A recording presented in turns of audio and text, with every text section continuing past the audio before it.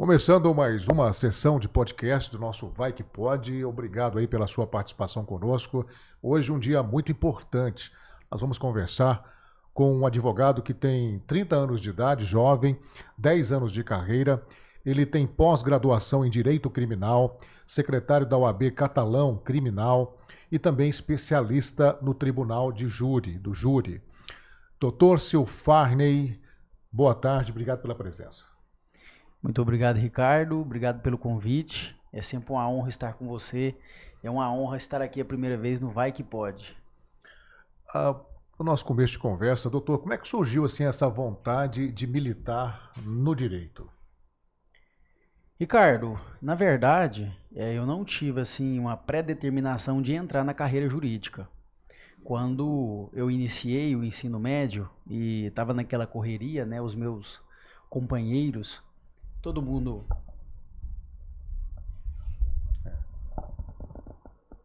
Vou voltar? Ou continua? Vai corrido, né? Vai corrido, depois a gente edita. Ah, certo.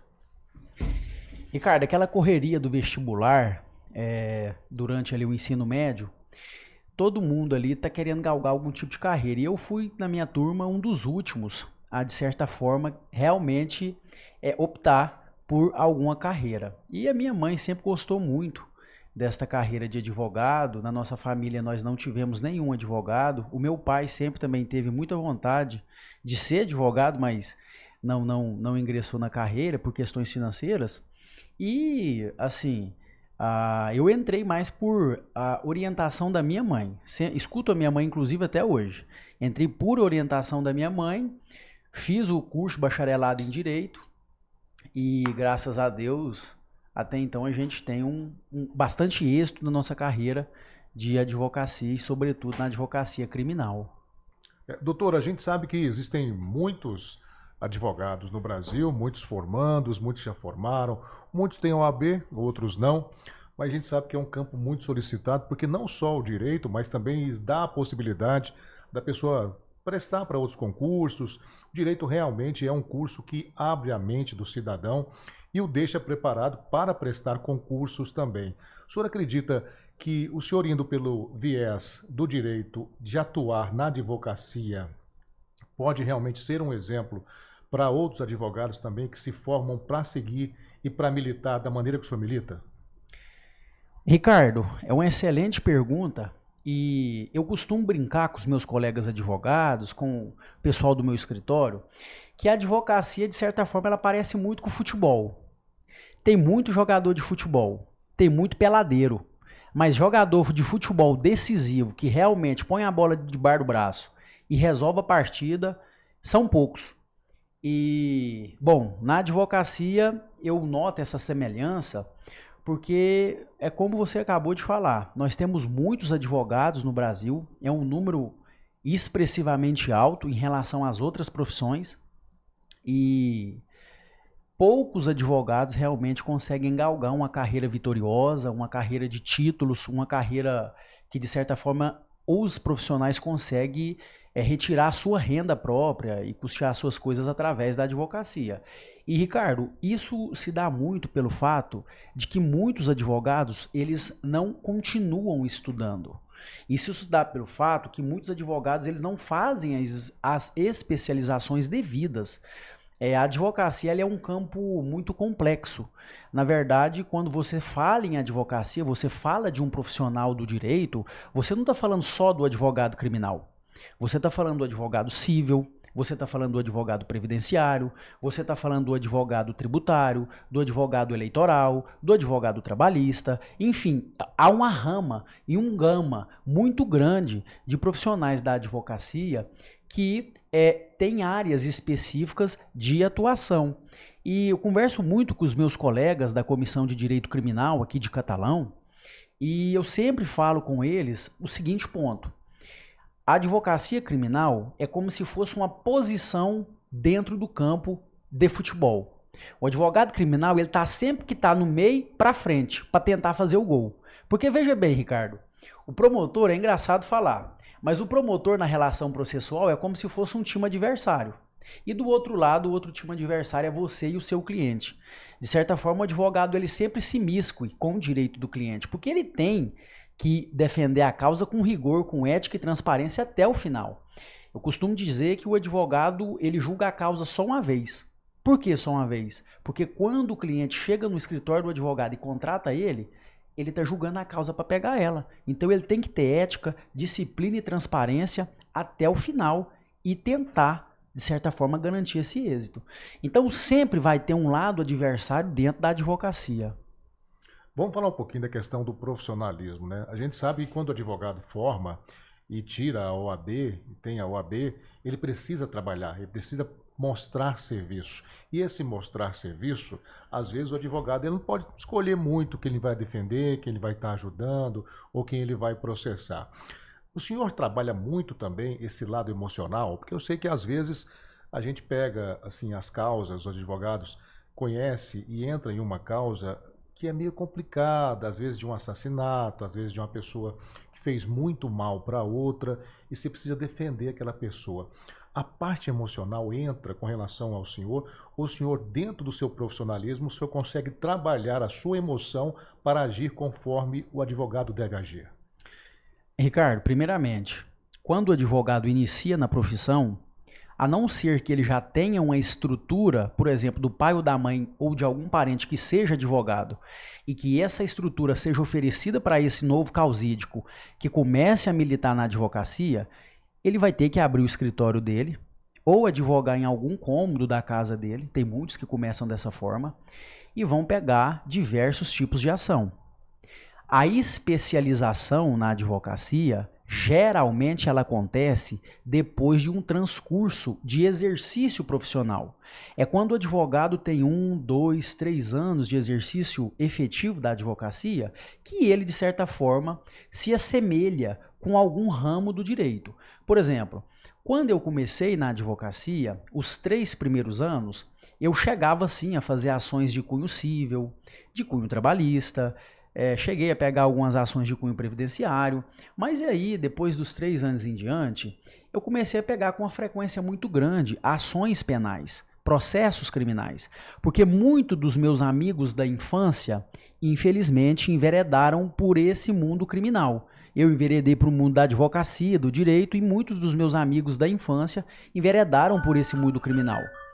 E aí, eu comecei a ter muita procura na advocacia criminal, principalmente daqueles que moravam em Corumbaíba e vieram para Catalão. Então, assim, eu, de certa forma, parei de advogar nas outras áreas e concentrei na advocacia criminal. E desde então, fiz as minhas especializações na área criminal, continuo constantemente exercendo o aprimoramento dos meus conhecimentos técnicos, de acordo com a jurisprudência do Supremo Tribunal Federal, do Superior Tribunal de Justiça, do nosso Tribunal de Justiça do Estado de Goiás, enfim, para que eu tenha um êxito maior nos processos dos quais eu atuo. Agora, respondendo a outra pergunta relacionada à inteligência emocional, a questões de provocações, do controle emocional dentro dos processos, todo profissional da advocacia, ele vai em algum determinado momento ser provocado pela outra parte.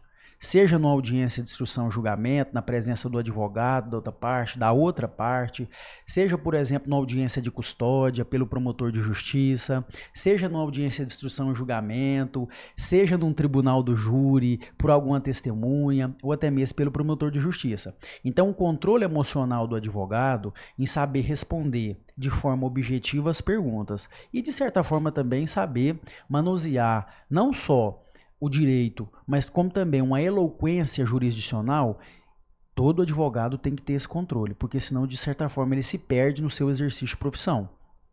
Quando o advogado começa a trabalhar e faz as suas especializações, ele opta por trabalhar somente na parte que especializou, por exemplo, o senhor especializou na parte criminal, mas pode atuar também na trabalhista, em outras áreas também.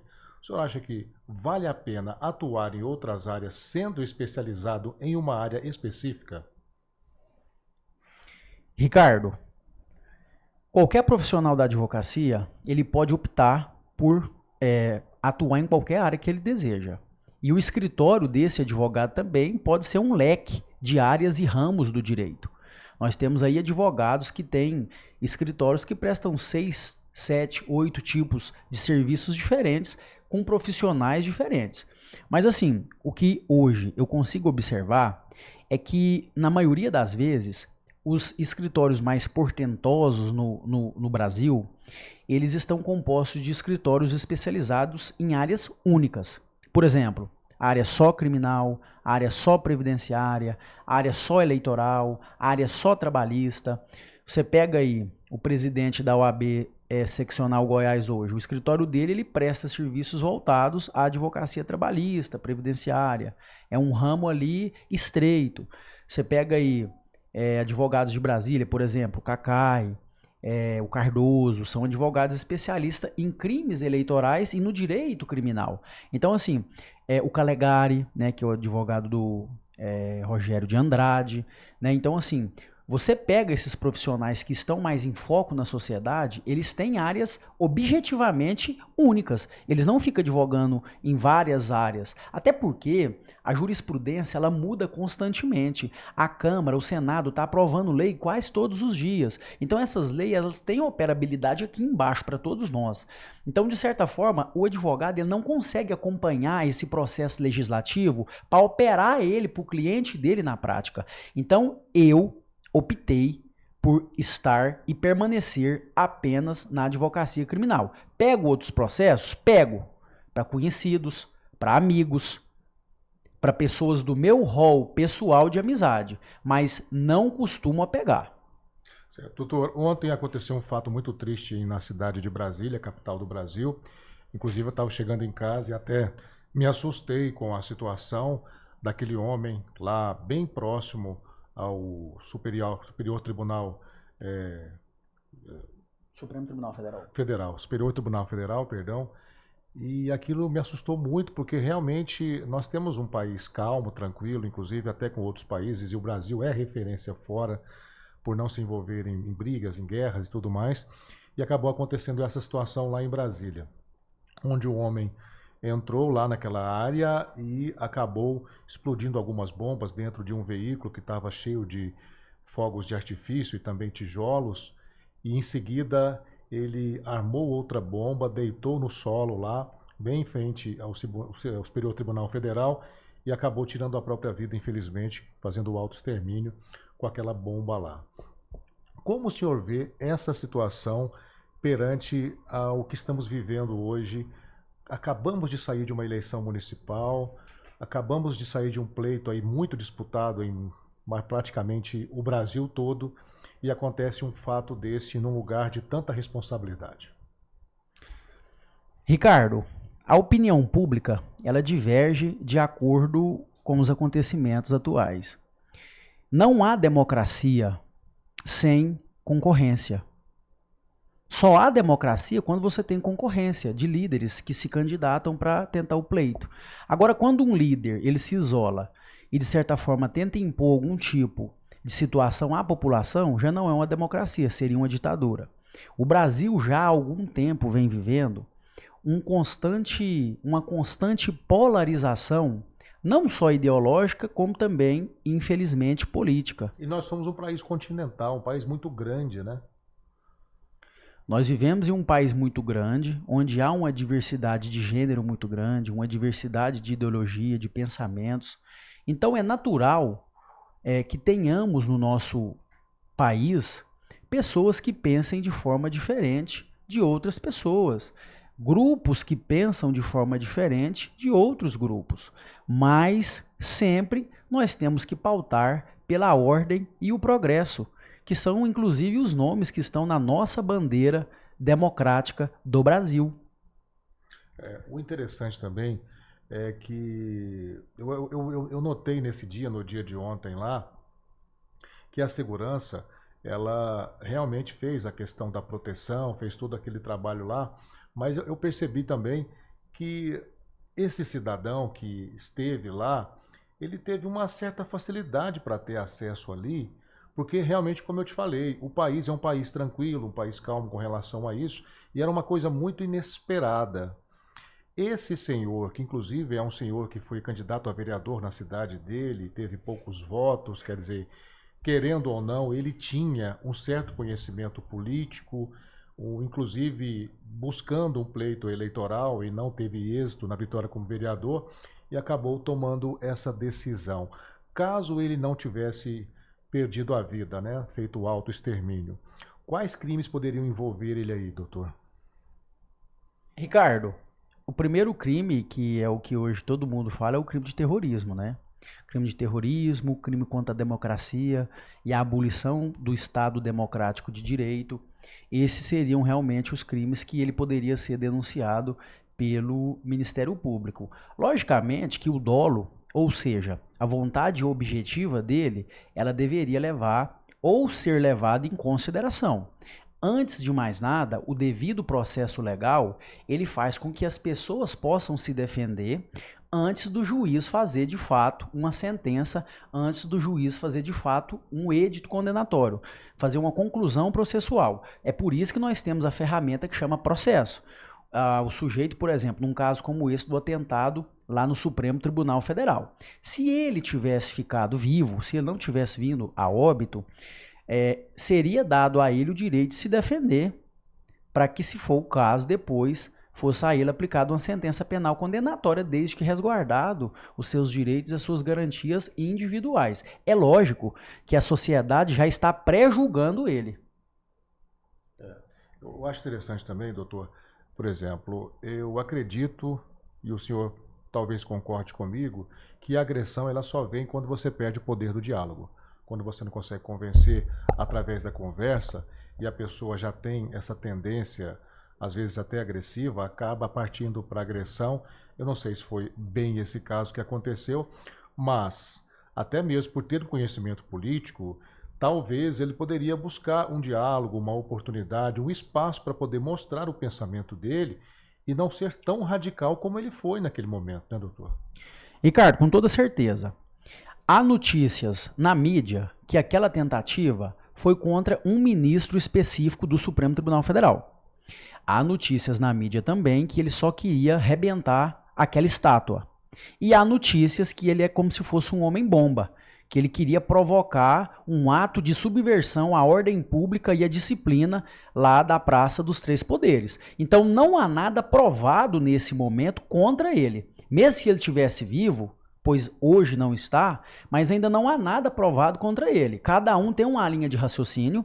A Polícia Federal está buscando provas na cidade de origem dele, inclusive fazendo a oitiva de pessoas que eram ligadas a ele, do hall de amigos dele, do hall de pessoas que de certa forma ele tinha um convívio, para saber quais eram as intenções dele, não só lá no Supremo Tribunal Federal, como também na vida dele pregressa, para, de certa forma, elucidar esse crime de uma forma mais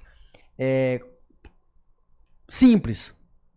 E é bom a gente frisar também que, digamos assim, essa forma violenta com que ele agiu, ela não muda a Constituição.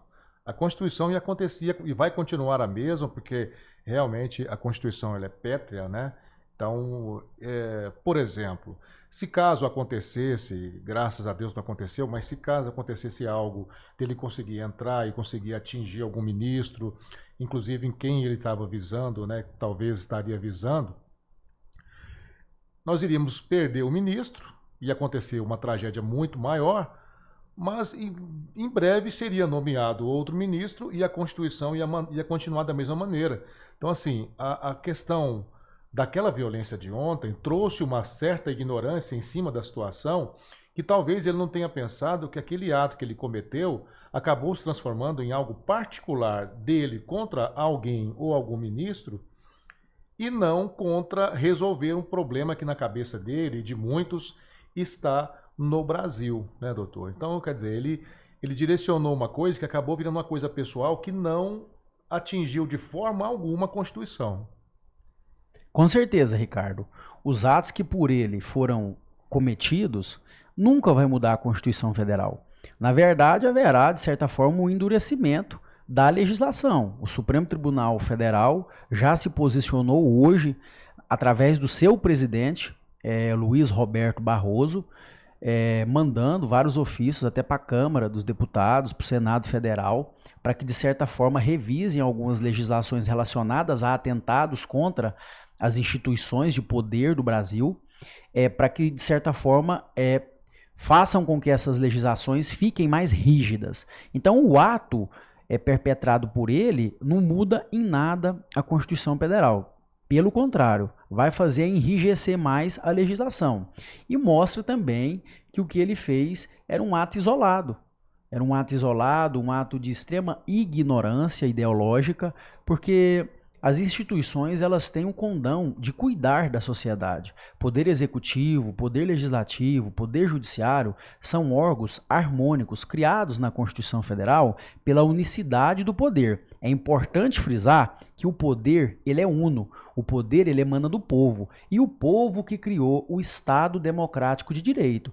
Ocorre para haver uma administração melhor, foi criado Poder Executivo, Poder Legislativo e o Poder Judiciário. Agora, nós temos que ter uma atenção muito grande para o que muitos dizem, muitos juristas no Brasil dizem, Ricardo, sobre o ativismo judicial. O que é, Ricardo, o ativismo judicial? O ativismo judicial é quando o Poder Judiciário ele interfere diretamente no Legislativo e no Poder Administrativo.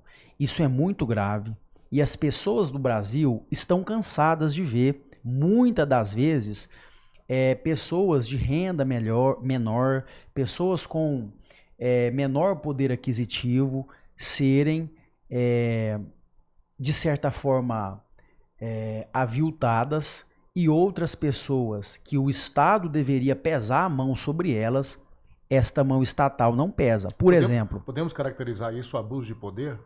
Com certeza. Se for para a gente analisar, eu vou dar um exemplo aqui, que é a Lava Jato.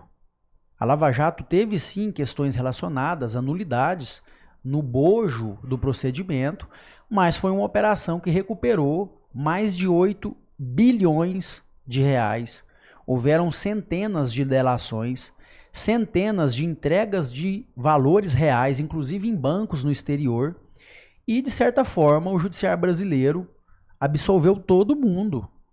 Então, quem não tem conhecimento de legislação, Ricardo, quem não tem conhecimento da técnica, o que é uma nulidade processual, o que é um processo cheio de vícios, o que é uma quebra de cadeia de custódia dentro de um processo criminal, acha que o judiciário está agindo errado.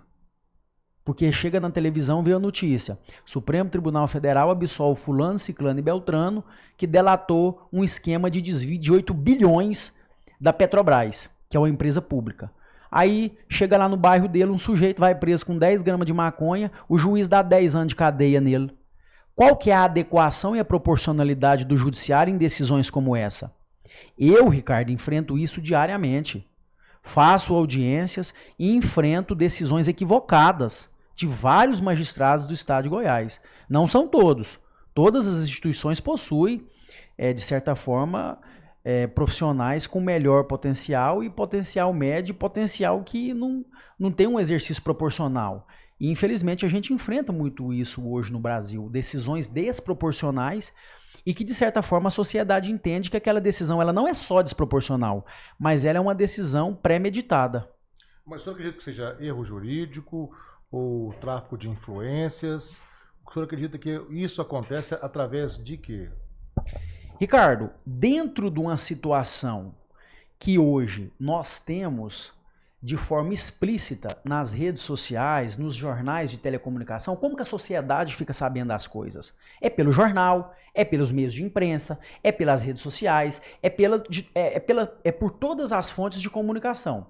O que muito nós podemos hoje ver é que, por exemplo, no Mato Grosso, o presidente do Tribunal de Justiça do Mato Grosso e alguns desembargadores foram afastados por corrupção e venda de sentença, dentro de um Tribunal de Justiça.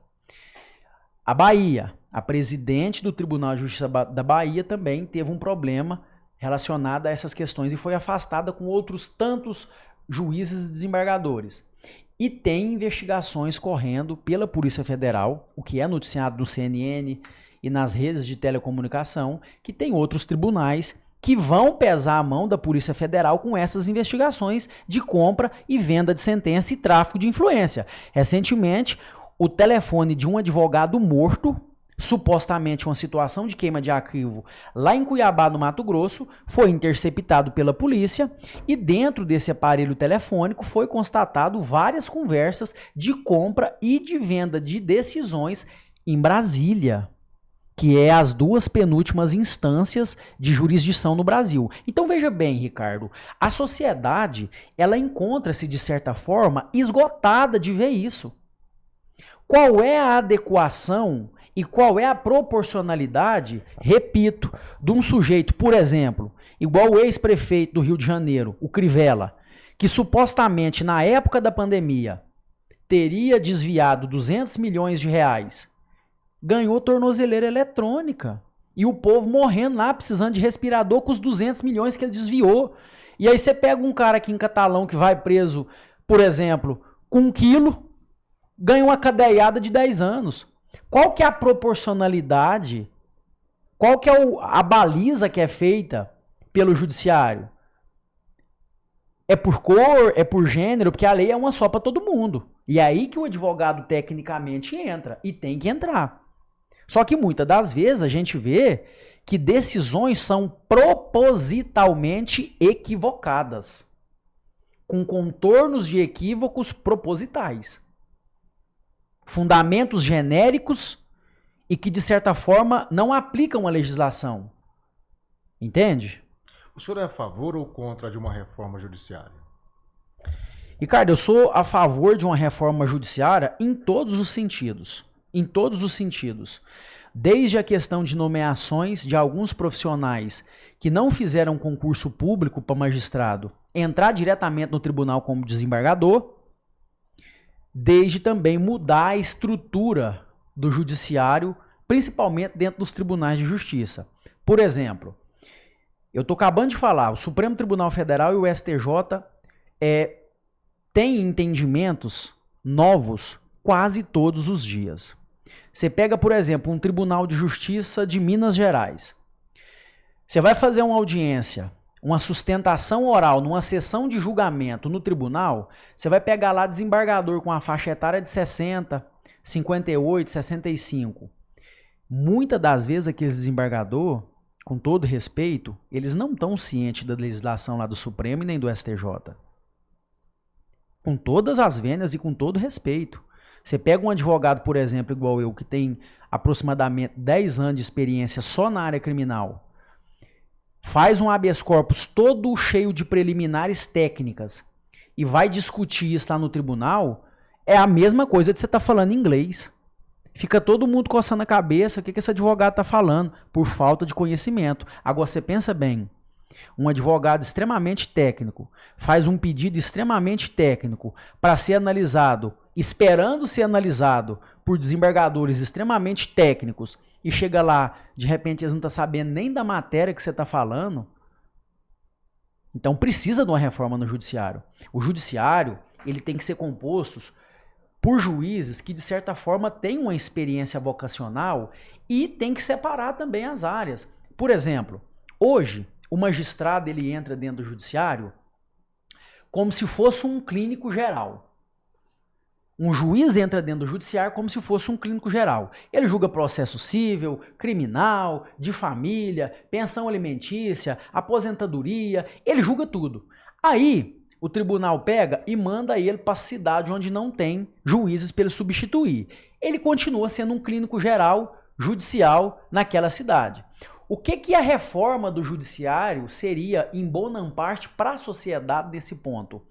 Você começar a ter concursos específicos para juízes. Eu não estou acabando de te falar que o advogado especialista ele tem uma quantidade de êxito maior que o advogado clínico geral que pega todo tipo de causa? Então, se você pega, por exemplo, um juiz que estudou, fez o concurso só para ser juiz criminal, é lógico que ele vai ter um entendimento de legislação melhor com um advogado criminal numa audiência criminal, que um juiz que é clínico geral ou um juiz que veio lá de Aparecida de Goiânia que mexe só com pensão de alimentícia. É o que a gente mais vê hoje no judiciário, infelizmente, é isso. Você chega, por exemplo, numa comarca onde tem aí 10 mil processos criminal, 15 mil processos criminal, um juiz que mexia com pensão de alimentos. Um juiz que mexia com direito de família. Aí aquele juiz era acostumado a ver só audiência de criança, de separação, de divórcio. Aí ele vai julgar um cara que cometeu um crime, que por mais que ele cometeu o crime, mas ele precisa de ter o seu direito resguardado, ele vai lá e dá uma decisão inadequada, dá uma pena muito alta, atropela a legislação, atropela os preceitos constitucionais, aí dá canseira pro advogado, porque o advogado tem que recorrer pro tribunal daquela decisão errônea. E aí o tribunal, se convalidar, o advogado vai ter que recorrer para o STJ ou para o Supremo Tribunal Federal. Aí eu te pergunto, olha o gasto financeiro que o cliente vai ter numa questão como essa.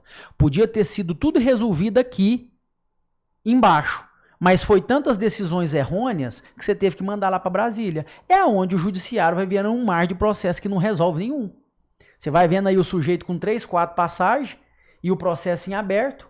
Por quê? Porque às vezes as decisões são equivocadas, o advogado e o promotor ficam recorrendo. O senhor concorda que essa área da reconciliação, pequenas causas, que foi criada há um tempo, há pouco tempo agora, não tem muito tempo que foi criado, eles ajudam a resolver certas questões judiciais? Ricardo, com agilidade, né? A audiência de conciliação, essa que foi criada agora, que é obrigatória, ela não é recente não, já tem uns 4 anos se brincar. Essa audiência de conciliação obrigatória em todos os processos de natureza civil, ela de certa forma ela é um pouco desproporcional. Ela de certa forma ela é até contraproducente, porque veja bem, se você já tem um conflito com aquela pessoa que você está entrando com a ação, o que adianta você colocar ela na frente de você e tentar fazer um acordo, uma audiência de conciliação? E pior, nem a presença do juiz tem nessas audiências de conciliação. É um conciliador que o fórum paga ele por serviço. O fórum, assim, ele faz uma prova, entra, e aí cada processo, ele é pago por processo. Então, veja bem, se você já está contendendo com uma pessoa extrajudicialmente, ou seja, se já há um litígio, se já há uma pretensão resistida do outro lado da parte, você vai para o judiciário, para o juiz desenrolar o seu problema. E não para ele colocar você com a parte que você está contendendo. Então, na minha sincera opinião, essas audiências de conciliação têm muita pouca efetividade na prática. Ela foi criada, está ali, ela é executada, mas na prática, eu advoguei 3 anos na área civil, nunca fiz uma conciliação. E olha que eu pegava muito processo. Nunca fiz uma conciliação. E pouquíssimas vezes eu vi uma conciliação. Conciliador força. Ah, faz, doutor. Não, é melhor, doutor. Faz. Mas depois do cliente já está enquexado, depois do cliente já está com uma contenda, depois de já haver um litígio, uma pretensão resistida, infelizmente, na prática não tem eficácia nenhuma essas audiências de conciliação. Certo. Doutor, vamos entrar um pouco também na área trabalhista. Inclusive, até a deputada Érica Hilton, né, lançou uma proposta, a deputada federal Érica Hilton, lançou uma proposta de 6x1 trabalhista, né, trabalhar 6 dias da semana e descansar 1. Ela queria eliminar essa situação, né, trazendo para 5x2, ou seja, trabalhar segunda, terça, quarta, quinta e sexta, sábado e domingo o cidadão não trabalharia. Isso eu acho que ela não pensou no ônus que ia causar para a empresa e automaticamente para o país também com relação à arrecadação, né? Porque esse trabalho está acostumado e seria praticamente um dia de trabalho perdido. Mas haja vista que durante a semana, de segunda a sexta, o cidadão trabalha em média 8 horas por dia e no sábado somente 4 horas. Então, quer dizer, seria a metade de um dia. Mas isso é assunto para outro momento. Eu quero ir colocar o dedo na ferida mesmo. Essa intenção dessa deputada federal, na opinião do senhor, é algo coerente dentro do jurídico, dentro da advocacia, ou não tem nenhum tipo de coerência pelo fato do ônus que vai causar? Ricardo, primeiramente, é importantíssimo essa pergunta, e é um assunto que está muito em foco hoje no Brasil. Muito, doutor.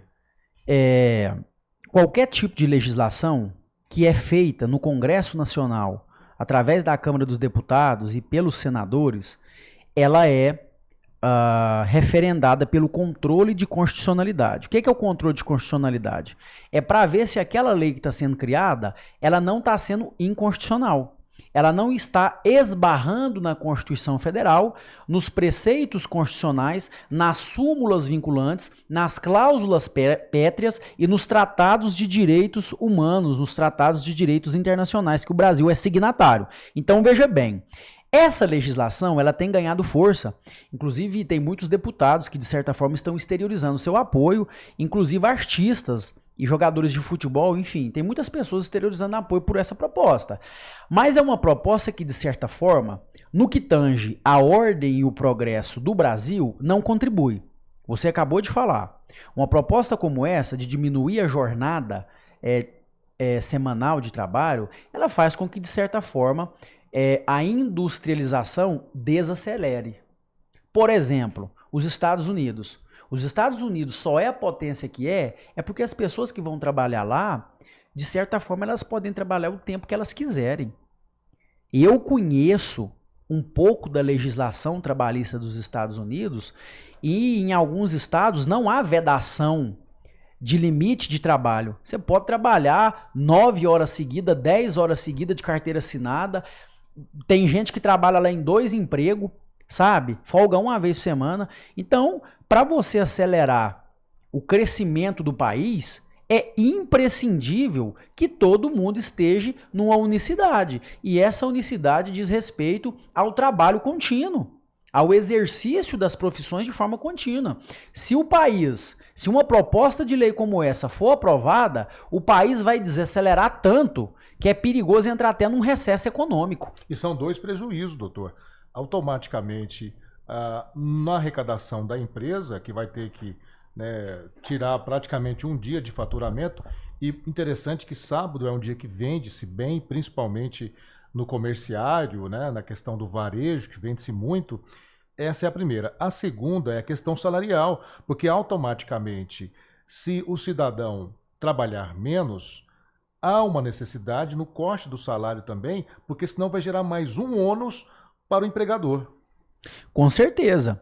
Assim, a proposta completa eu não cheguei a analisar. O que nós estamos falando aqui são de situações que estão sendo exteriorizadas pela própria mídia. Mas o certo é analisarmos essa proposta de forma objetiva e completa, para ver se dentro do contexto dessa legislação, se no ato dessa propositura e da sua criação, há mecanismos para ajudar os empresários.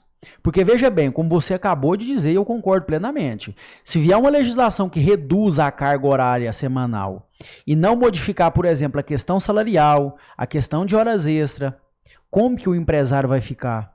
Já pagando uma das maiores taxas tributárias que existe em todos os países globais. Vai prejudicar muito o andamento, não só da nossa industrialização, mas como também para o desenvolvimento do nosso país.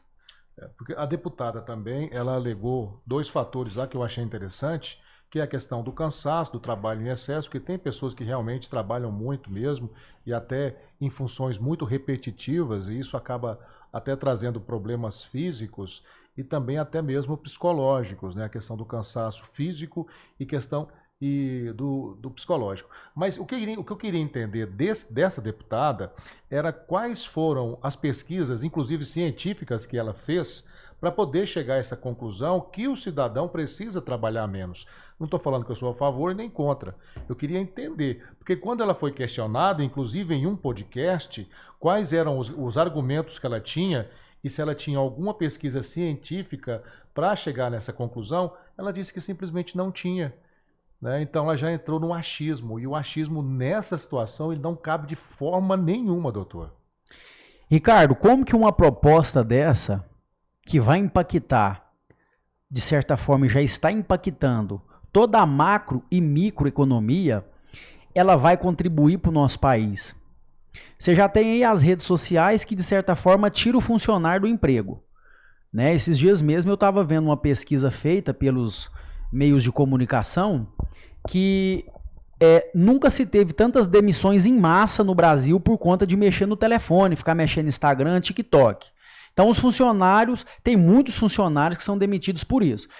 Então você pega uma legislação dessa que reduz a carga horária semanal e não mexe, por exemplo, no salário, não mexe para o empresário, para ajudar ele, você vai ter um retrocesso no Estado democrático de direito.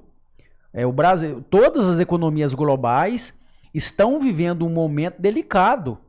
Você pega aí o próprio Estados Unidos, a Rússia, com a guerra, a própria China deu uma desacelerada nas suas linhas de produções, mas em nenhum desses países eles diminuíram a carga horária. Pelo contrário, na China, nos Estados Unidos, a carga horária, o próprio funcionário trabalha o tanto que ele quiser. Agora, diminuir, estabelecer isso em lei, para gerar encargo para os empresários, para os patrões, isso vai acabar com o Brasil, se for aprovado. Não, e o trabalhista, o cidadão brasileiro, ele tem muitos benefícios com relação ao seu trabalho, aos seus direitos trabalhistas. Por exemplo, o FGTS, que foi criado lá atrás pelo Getúlio Vargas, que é o Fundo de Garantia de Tempo de Serviço, ele foi criado para que o cidadão tivesse uma reserva para quando ele aposentasse, ele poder sobreviver, né, com essa aposentadoria. Nos Estados Unidos, por exemplo, isso não existe. Se você quiser, você tem que investir em fundos para poder gerar um lucro para quando você se aposentar, você ter esse dinheiro guardado lá. Mas foi depositado por você, foi tudo isso feito por você. Não é algo que é feito através de uma carteira de trabalho, que você trabalha e é retirado e colocado nesse fundo lá. O Brasil é um país que pensa muito nos trabalhadores e o FGTS é um grande exemplo, não só o FGTS, mas entra também a questão do PL, que muitas empresas pagam, a questão das luvas também, que muitas empresas pagam, essa aposentadoria, às vezes, especiais também, que são muito interessantes. Então, o país, no meu modo de ver, pensa muito no trabalhador, sim, né, doutor? Com certeza, Ricardo. O trabalhador no Brasil sempre foi priorizado. Agora, as propostas para que abranjam esses trabalhadores, ela tem que estar em perfeita consonância com a proporcionalidade, com a razoabilidade legal. Propostas como essa, elas ludibriam uma parcela da sociedade e prejudicam outra parcela da sociedade. Pensa bem aqui comigo, como que vai estar as grandes empresas, uma hora dessa, os seus CEOs, os seus donos, pensando se uma proposta de lei dessa for aprovada. Como é que eles vão fazer para pagar os vencimentos dos seus funcionários, se não houver uma mudança substancial também no salário? Né? Essa redução de jornada de trabalho e de carga horária, ela não é uma proposta, de certa forma, responsável. Pelo menos no meu ponto de vista. Para haver uma responsabilidade maior, deveria ter sido ali consignado todas as formas de melhorias, tanto para o trabalhador quanto para o empregador. Porque sem o empregador, não há o trabalhador. Precisa de ter alguém para ter o serviço para alguém chegar lá e prestar. E tem muitas empresas, eu conheço várias empresas que trabalham dentro do fluxo. O que é o fluxo? É a empresa que tem muito dinheiro, mas ela gasta muito dinheiro também. Os gastos não são equivalentes porque, assim, ninguém vive à beira de trabalhar no vermelho. Claro, tem que ter lucro, existe o lucro, mas existem empresas que realmente trabalham girando o dinheiro que entra e sai, e se algo errado acontecer, ela pode realmente vir a falir. Ricardo, tem muitas outras coisas hoje para se preocupar no Brasil, dentro da questão da economia. E, na minha opinião, eu repito, essa proposta, desde que ela não esteja em consonância com a Constituição Federal, com as normativas, ela não vai ser passada nas câmaras, nem no Senado, nem... E se Deus o livre guarde uma proposta dessa ser homologada e promulgada e sancionada pelo presidente, eu tenho certeza que o Supremo Tribunal Federal faz a suspensão dela. Porque é o seguinte, quem faz o controle de constitucionalidade das leis no Brasil é o Supremo Tribunal Federal. É importante ressaltar que existem várias leis que foram criadas que iriam impactar em todo o nosso país e o Supremo suspendeu. Por exemplo, a reforma do Judiciário, o juiz de garantias. O Supremo Tribunal Federal suspendeu todas essas leis. Existe uma lei, Ricardo, que chama juiz de garantias. O que é o juiz de garantia? É como se fosse um juiz que vai fiscalizar o serviço do outro juiz. É como se fosse o VAR lá do futebol, que analisa o lance de novo para o árbitro que está em campo. O Supremo Tribunal Federal suspendeu essa legislação por entender que ia impactar no Poder Judiciário, financeiramente e economicamente, um prejuízo muito grande. Então, algumas legislações podem até ser promulgadas e até propostas, mas a sua eficácia e a sua operabilidade, o Supremo Tribunal Federal faz esse controle de suspensão. Uma revisão constitucional, o senhor acredita também? O senhor acha que vale a pena o país passar por uma reforma constitucional, haja vista que a Constituição ela é bem antiga, doutor? Ricardo, uma reforma constitucional, ela precisa de toda a sociedade referendar. Plebiscito. Precisa do plebiscito, exatamente. Precisa do mínimo possível. Então a sociedade ela tem que querer fazer uma nova Constituição. Por isso que a gente vê muito em falar em emenda constitucional. Por que existem emendas constitucionais? É porque a nossa Constituição Federal ela está toda emendada. Ela foi criada com 250 e poucos artigos, mas ela está toda emendada. Toda vez que a Câmara dos Deputados e o Senado Federal quer fazer uma lei para não tentar confrontar com a Constituição Federal, eles fazem uma emenda constitucional para depois fazer a lei infraconstitucional. Porque tem uma diferença muito grande no processo legislativo. Existe as emendas constitucional, que são emendas feitas na Constituição Federal, que são 250 e poucos artigos, e existem projetos de lei infraconstitucionais, que são leis que estão abaixo da Constituição. Então, se for feita uma lei que entra em desconformidade com a Constituição, de duas uma. Ou o Congresso tem que criar uma emenda na Constituição para depois fazer uma lei, para regulamentar o que ele emendou, ou ele vai criar uma lei para o Supremo Tribunal Federal declarar inconstitucional. E é o que mais acontece lá. Entendeu? Então, assim, a emenda constitucional e o projeto de lei são instrumentos do Poder Legislativo, mas para se criar uma nova Constituinte, uma nova Carta Cidadã, é necessário ter o apoio da nação brasileira. Porque, repito, todo poder emana do povo. E esse modelo hierárquico jurisdicional, administrativo e legislativo foi o povo que criou. É por isso que não pode ter um autoritarismo do Estado contra a sociedade. Porque o Estado serve a sociedade, não a sociedade serve o Estado.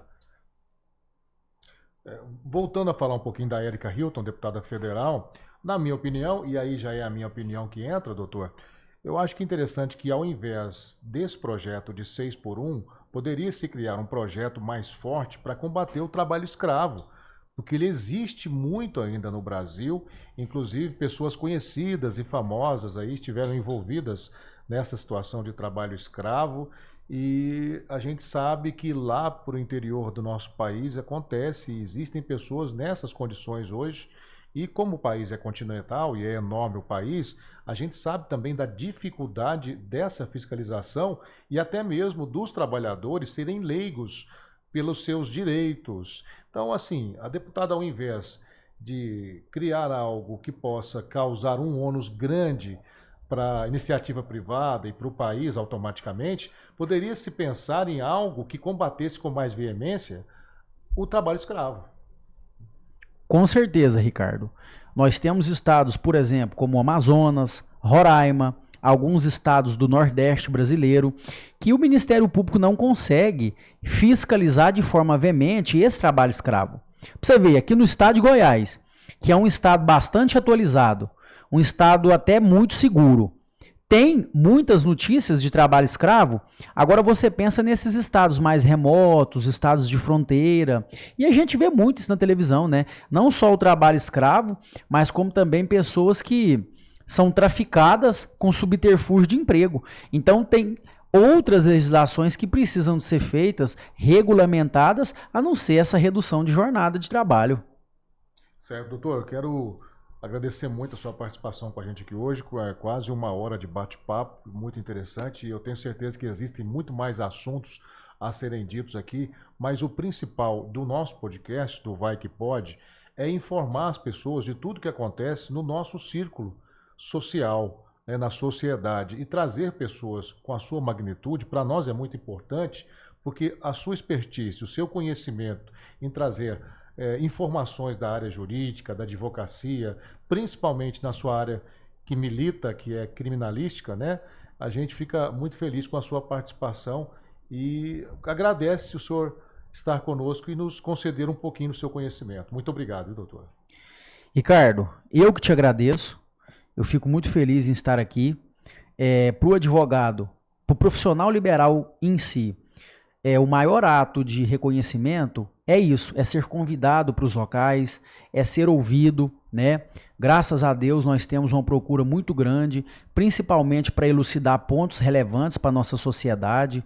Você acompanha meu trabalho, já tive com você algumas vezes na rádio a qual você é vinculado, já vou em outras rádios aqui também de Catalão e fico muito feliz com esses convites, porque a grandeza de um profissional ético e transparente é isso aqui, é o convite mútuo, é o convite recíproco. Quem paga para visitar algum lugar, quem paga para fazer alguma coisa, para exteriorizar sua imagem profissional, de certa forma não é um exemplo de profissional. O profissional que é convidado de forma gratuita, de forma não onerosa, ele tem uma ética, um profissionalismo mais aprofundado.